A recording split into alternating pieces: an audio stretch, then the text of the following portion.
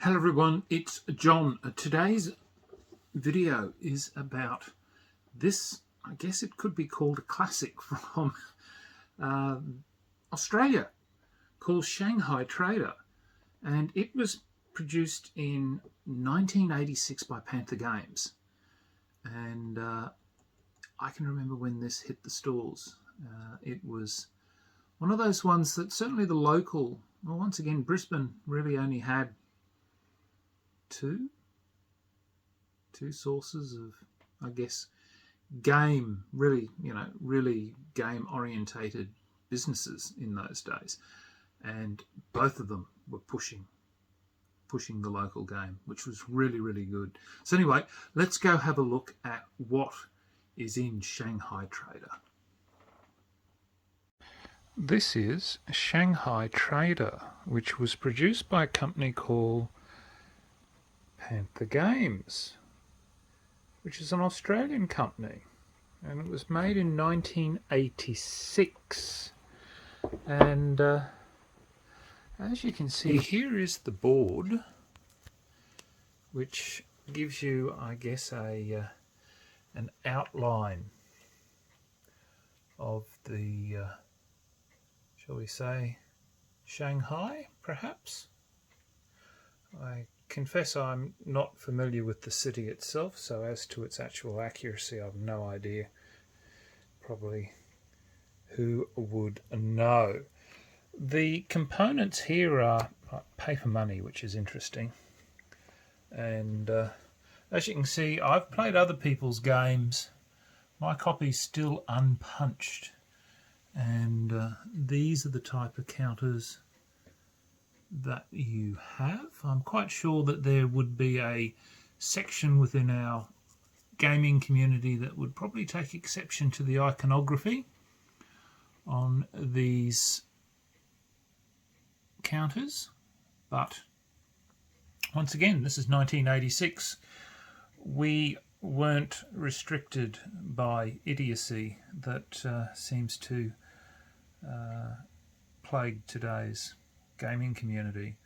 But here we have the display track, and so each year, so there's only 10 years, 8 years if there's 5 to 6, 10 years if there's 3 to 4, so that's interesting. You play a longer game with fewer people.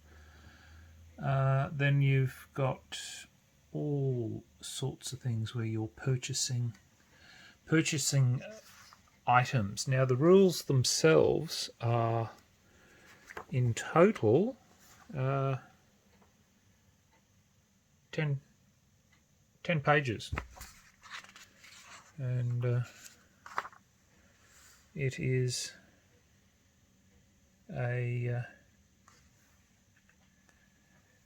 I think from the time it was quite well thought of as a game of, it's a game of wheeling and dealing, it says here, game of wheeling and dealing in the economics jungle of Shanghai in the early 20th century.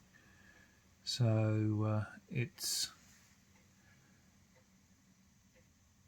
so the aim is you must rip off the local economy for as much as you can, or as much as you dare, and get out of the city with the biggest international bank account before the game ends.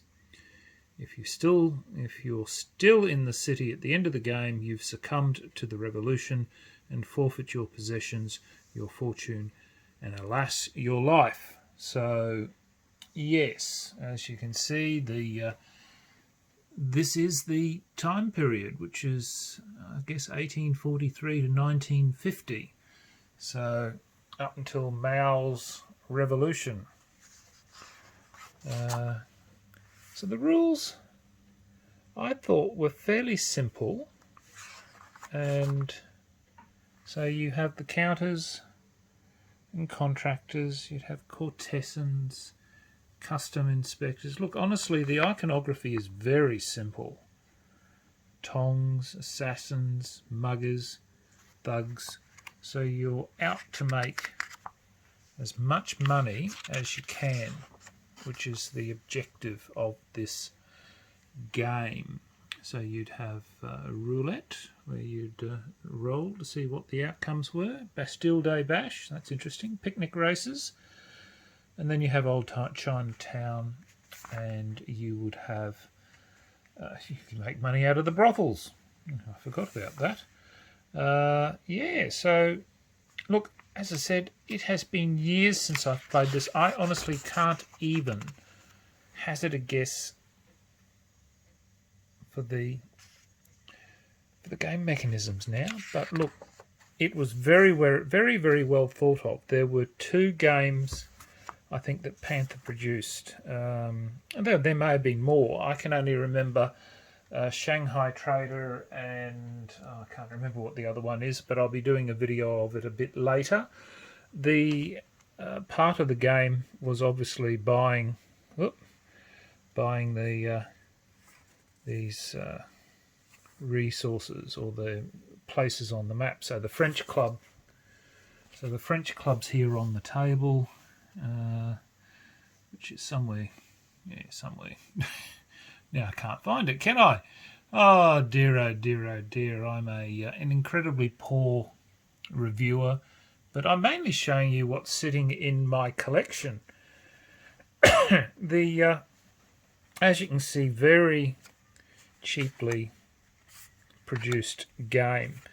But when you're looking at, in my opinion, the game's popularity with being playable, the cheapness of the components really aren't that much of an issue. The board is in very good condition. The counters are fine.